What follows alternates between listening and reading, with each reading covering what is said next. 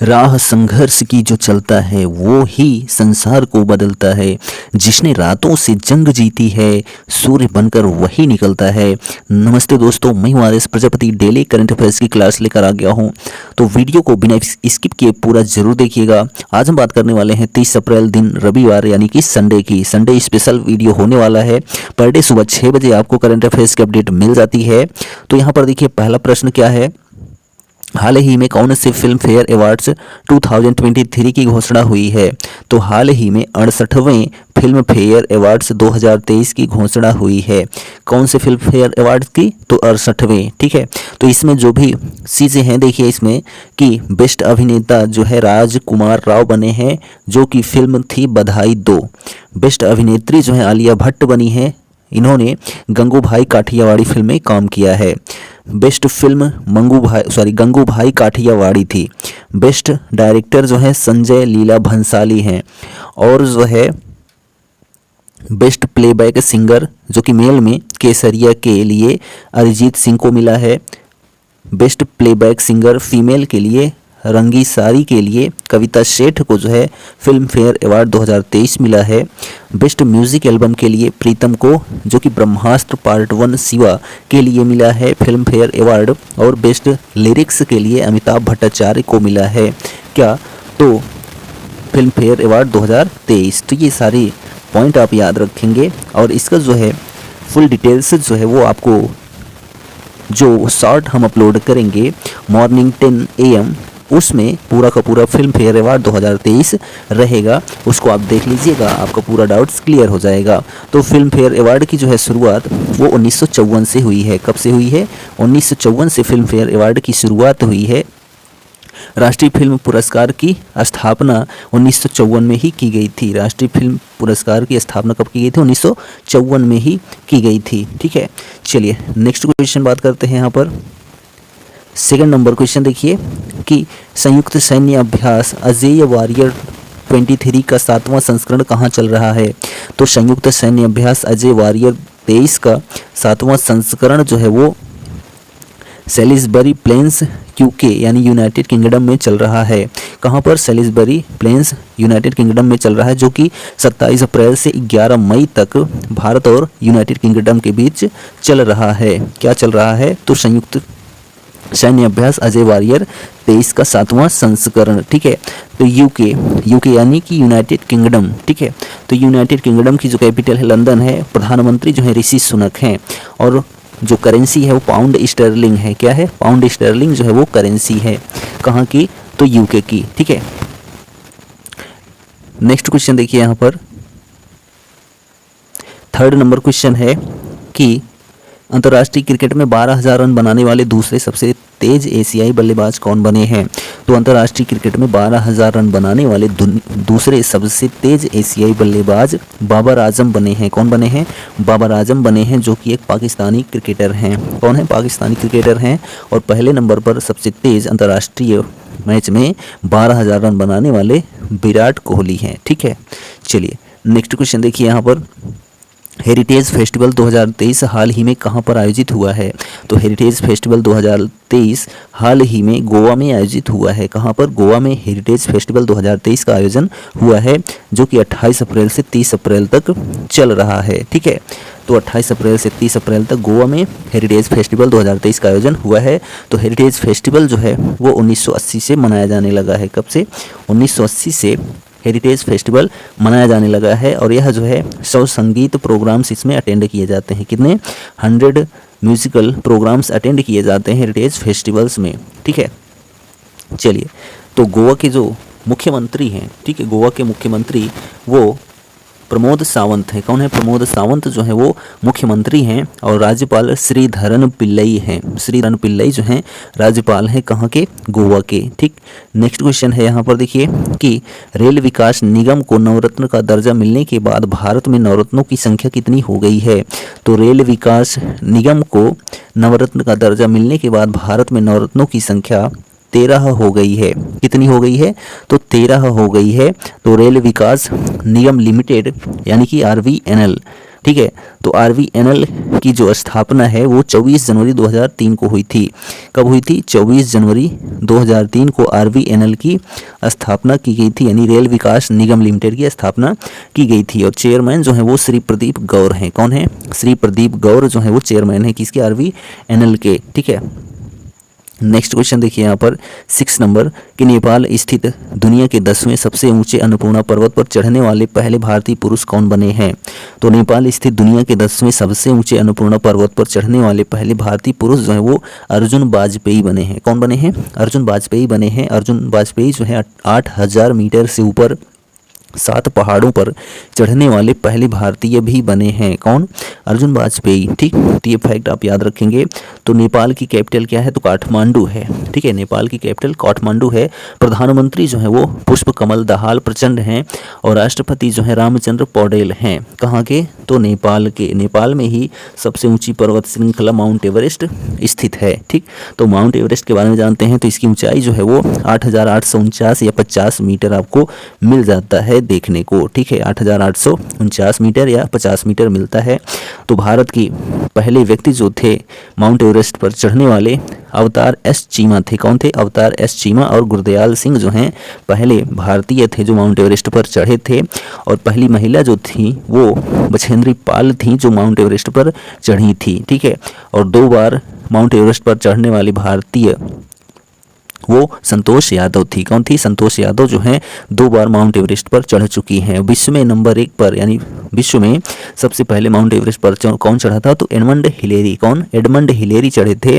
और विश्व की पहली महिला जो माउंट एवरेस्ट पर चढ़ी थी वो जुंको तेवई चढ़ी थी। कौन चढ़ी थी? जुंको तेवई। ठीक, तो ये माउंट एवरेस्ट के फैक्ट थे। चलिए आगे बढ़ते हैं। यहाँ पर नेक्स्ट क्वेश्चन देखिए, यहाँ पर 7 नंबर है कि पूर्वोत्तर भारत के किस शहर के नाम पर भारतीय सेना के अब तक के सबसे बड़े और सबसे उन्नत विध्वंसक पोत का समुद्री परीक्षण किया गया है? तो पूर्वोत्तर भारत के इम्फाल शहर के नाम पर भारतीय सेना के अब तक के सबसे बड़े और सबसे उन्नत विध्वंसक पोत का समुद्री परीक्षण किया गया है। तो किस पूर्वोत्तर राज्य के? तो मणिपुर के इम्फाल शहर से जो है भारतीय सेना के अब तक के सबसे बड़े और सबसे उन्नत विध्वंसक पोत का समुद्री परीक्षण किया गया है। ठीक है, तो इम्फाल से किया गया है। तो मणिपुर की कैपिटल है इम्फाल, जहाँ के मुख्यमंत्री एन बीरेन सिंह हैं और राज्यपाल अनुसुईया उइके हैं। कहाँ के? मणिपुर के। ठीक, चलिए नेक्स्ट क्वेश्चन देखिए। यहाँ पर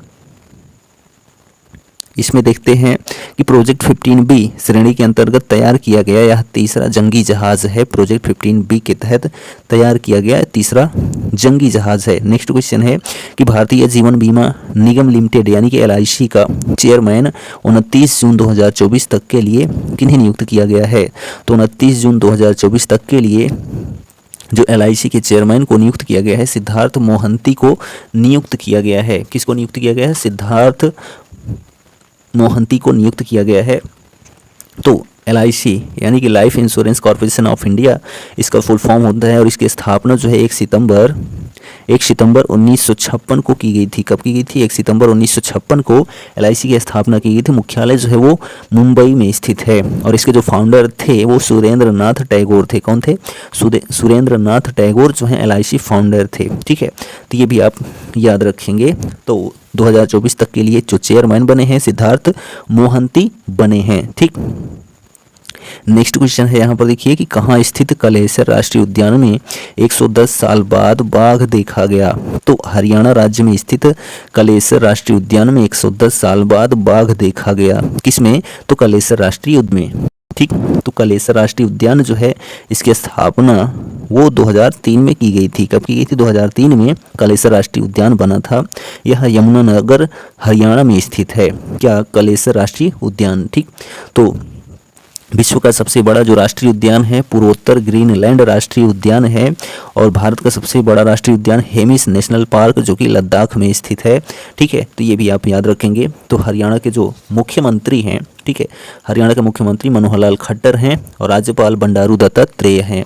यह कलेसर राष्ट्रीय उद्यान कुछ % हिमाचल प्रदेश राज्य से मिलता है, कुछ परसेंट उत्तर प्रदेश से मिलता है और ज़्यादा से ज़्यादा परसेंट हरियाणा राज्य से मिलता है। किसका? तो कालेसर राष्ट्रीय उद्यान का। ठीक, चलिए नेक्स्ट क्वेश्चन देखिए, यहाँ पर 10 नंबर है, राष्ट्रीय चिकित्सा उपकरण नीति 2023 के तहत देश में कितने मेडिकल डिवाइस पार्क स्थापित किए जाएंगे? तो राष्ट्रीय चिकित्सा उपकरण नीति 2023 के तहत देश में 4 मेडिकल डिवाइस पार्क स्थापित किए जाएंगे। तो कहाँ कहाँ पर? हिमाचल प्रदेश में, मध्य प्रदेश में, उत्तर प्रदेश में और तमिलनाडु में। ठीक है, नेक्स्ट क्वेश्चन, टेस्ट क्रिकेट में सबसे तेज 7 टेस्ट मैच में ही 50 विकेट लेने वाले स्पिनर कौन बने हैं? तो टेस्ट क्रिकेट में सबसे तेज 7 मैच में ही 50 विकेट लेने वाले स्पिनर जो हैं वो प्रभात जयसूर्या बने हैं। कौन बने हैं?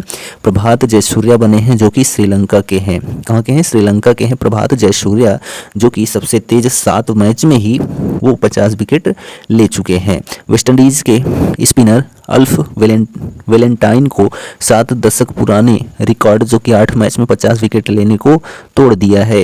यानी कि जो अल्फ वेलेंटाइन थे, इन्होंने 8 मैच में ही 50 विकेट लिया था, इसको तोड़ दिया है किसने? प्रभात जयसूर्या ने 7 मैच में ही 50 विकेट ले लिए हैं। तो श्रीलंका की कैपिटल जो है वो कोलंबो है और कोलंबो है। किसकी? श्रीलंका की कैपिटल जो है वो कोलंबो है। ठीक, और जयवर्धनपुरा भी है। ठीक है, तो यहाँ के जो प्रधानमंत्री हैं कहाँ के? श्रीलंका के दिनेश गुणवर्धन है। कौन है? दिनेश गुणवर्धन जो है प्रधानमंत्री हैं कहाँ के? श्रीलंका के। ठीक, और वेस्ट इंडीज़ की बात करते हैं तो वेस्ट इंडीज़ की कैपिटल जो है जगुआरामस है। क्या है? जगुआरामस जो है वो कैपिटल है, और यहाँ पर करेंसी जो चलती है डॉलर चलती है। ठीक, चलिए आगे बढ़ते हैं। यहाँ पर नेक्स्ट क्वेश्चन 12 नंबर देखिए कि प्रतिवर्ष 29 अप्रैल 2023 को पूरे विश्व भर में कौन सा दिवस मनाया जाता है? तो प्रतिवर्ष 29 अप्रैल को पूरे विश्व भर में विश्व पशु चिकित्सा दिवस और अंतर्राष्ट्रीय नृत्य दिवस मनाया जाता है। क्या मनाया जाता है? विश्व पशु चिकित्सा दिवस और अंतर्राष्ट्रीय नृत्य दिवस मनाया जाता है। कब? 29 अप्रैल को। ठीक है, और इसमें जानते हैं तो देखिए यहाँ पर कि विश्व पशु चिकित्सा दिवस 2023 का जो विषय रहा है, पशु चिकित्सा पेशे में विविधता, समानता और समावेशिता को बढ़ावा देना है। ठीक, तो अंतर्राष्ट्रीय नृत्य दिवस के बारे में जानते हैं तो इसकी जो शुरुआत है वो 29 अप्रैल 1982 से हुई है। कब से हुई है? 29 अप्रैल 1982 से अंतर्राष्ट्रीय नृत्य दिवस की शुरुआत हुई है, स्थापना हुई है, और यह जो है यूनेस्को द्वारा जो है संचालित किया जाता है। किसको? अंतर्राष्ट्रीय नृत्य दिवस को जो है यूनेस्को द्वारा संचालित किया जाता है। ठीक है, चलिए आगे बढ़ते हैं। यहाँ पर नेक्स्ट क्वेश्चन देखिए, हाल ही में बांग्लादेश के 22वें राष्ट्रपति के रूप में किसने शपथ ली है? तो हाल ही में बांग्लादेश के 22वें राष्ट्रपति के रूप में मोहम्मद शहाबुद्दीन ने शपथ ली है। किसने ली है? मोहम्मद शहाबुद्दीन जो है वो 22वें राष्ट्रपति बने हैं। कहाँ के? बांग्लादेश की। बांग्लादेश की कैपिटल ढाका है और प्रधानमंत्री शेख हसीना हैं। कहाँ के? बांग्लादेश के। ठीक, और सबसे अधिक सीमा भारत से किस देश की लगती है? तो बांग्लादेश की ही लगती है। अमेरिकी राष्ट्रपति जो बाइडेन और किस देश के राष्ट्रपति यून सुक योल ने एक ऐतिहासिक समझौता किया है? तो अमेरिकी राष्ट्रपति जो बाइडेन और दक्षिणी कोरिया के राष्ट्रपति यून सुक योल ने एक ऐतिहासिक समझौता किया है। ठीक, तो दक्षिण कोरिया जो है इसकी कैपिटल सियोल है। क्या है? सियोल जो है वो कैपिटल है किसकी? दक्षिण कोरिया की। नेक्स्ट क्वेश्चन देखिए कि किस केंद्रीय मंत्री ने दिल्ली हाट में पहले मोटा अनाज अनुभव केंद्र का शुभारंभ किया है?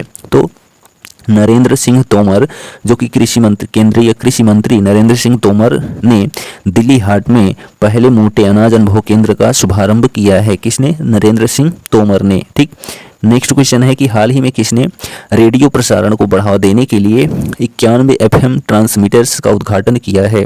तो हाल ही में प्रधानमंत्री नरेंद्र मोदी ने रेडियो प्रसारण को बढ़ावा देने के लिए 91 FM ट्रांसमीटर्स का उद्घाटन किया है। किसने? प्रधानमंत्री नरेंद्र मोदी ने किया है। तो जो FM है इसका फुल फॉर्म जो है फ्रीक्वेंसी मॉड्यूलेशंस होता है। क्या होता है? फ्रीक्वेंसी मॉड्यूलेशन जो है वो FM का फुल फॉर्म होता है। ठीक, तो ये भी आप याद रखेंगे। तो प्रधानमंत्री नरेंद्र मोदी द्वारा 91 FM ट्रांसमीटर्स का उद्घाटन किया गया, जिसमें 18 राज्यों और 2 केंद्र शासित प्रदेशों के 84 जिलों में जो है इसका उद्घाटन किया गया। ठीक है, तो ये पॉइंट आप याद रखेंगे। आगे बढ़ते हैं। यहाँ पर नेक्स्ट क्वेश्चन देखिए,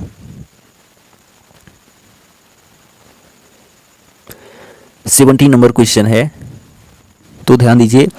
नेस्टकॉम रिपोर्ट के अनुसार FY FY22 में भारत में पेमेंट फाइलिंग में कितने प्रतिशत की वृद्धि हुई है? तो नैस्कॉम रिपोर्ट के अनुसार फाइनेंशियल ईयर 22 में भारत में पेटेंट फाइलिंग में 13.6% की वृद्धि दर्ज की गई है। कितने प्रतिशत की? तो 13.6% की वृद्धि दर्ज की गई है। ठीक, तो नैस्कॉम का फुल फॉर्म हम जान लेते हैं।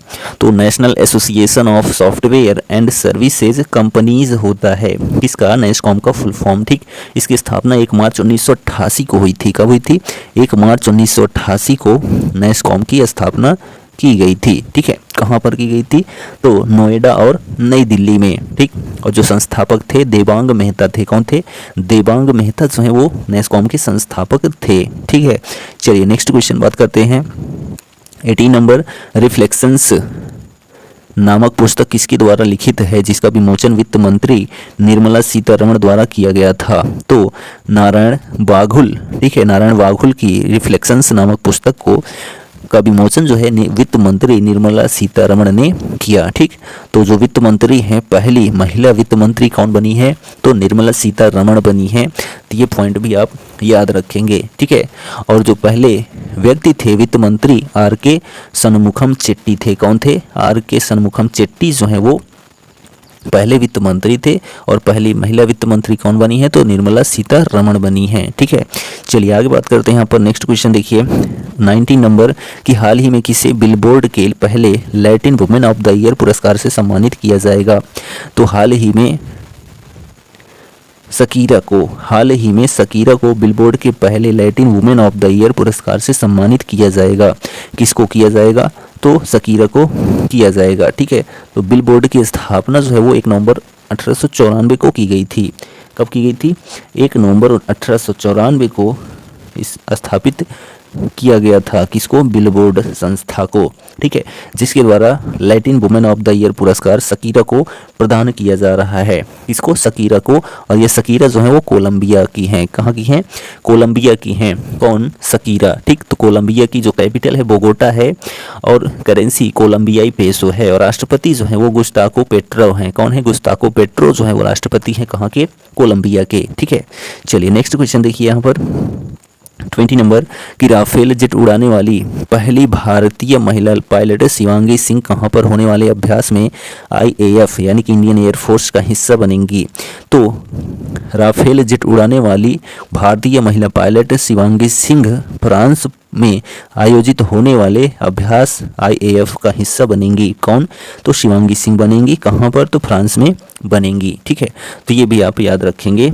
तो हम जान लेते हैं, तो फ्रांस की कैपिटल क्या है? तो फ्रांस की कैपिटल पेरिस है। और जो प्रधानमंत्री हैं एलिजाबेथ बोर्न है। कौन है? एलिजाबेथ बोर्न जो है प्रधानमंत्री हैं। कहाँ के? फ्रांस के। ठीक है, तो IAF के बारे में जानते हैं। तो IAF की जो है स्थापना 8 अक्टूबर 1932 को हुई थी। कब हुई थी? 8 अक्टूबर 1932 को IAF यानी कि इंडियन एयरफोर्स की स्थापना की गई थी। ठीक है, कहाँ पर इसका मुख्यालय है? तो न्यू दिल्ली में है।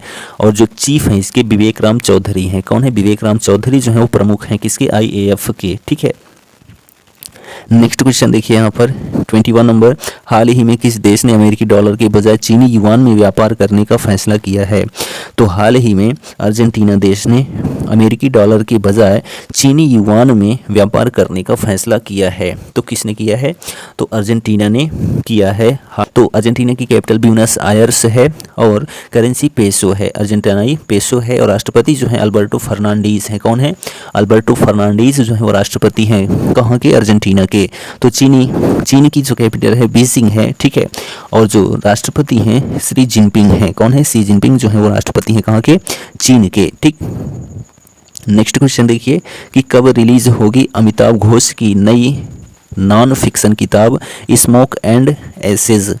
तो जुलाई 2023 में रिलीज होगी अमिताभ घोष की नई नॉन फिक्शन किताब स्मोक एंड एसेज। ठीक है, तो यह जो है हमारा 30 अप्रैल का करंट अफेयर्स कंप्लीट होता है। वीडियो कैसा लगा कमेंट करके ज़रूर बताइए। और चैनल पर अगर पहली बार आए हैं तो चैनल को सब्सक्राइब करना ना भूलें। डेली की तरह आज भी हम आपसे कहेंगे कर दिखाओ कुछ ऐसा कि दुनिया करना चाहे आपके जैसा। Thank you, goodbye, take care.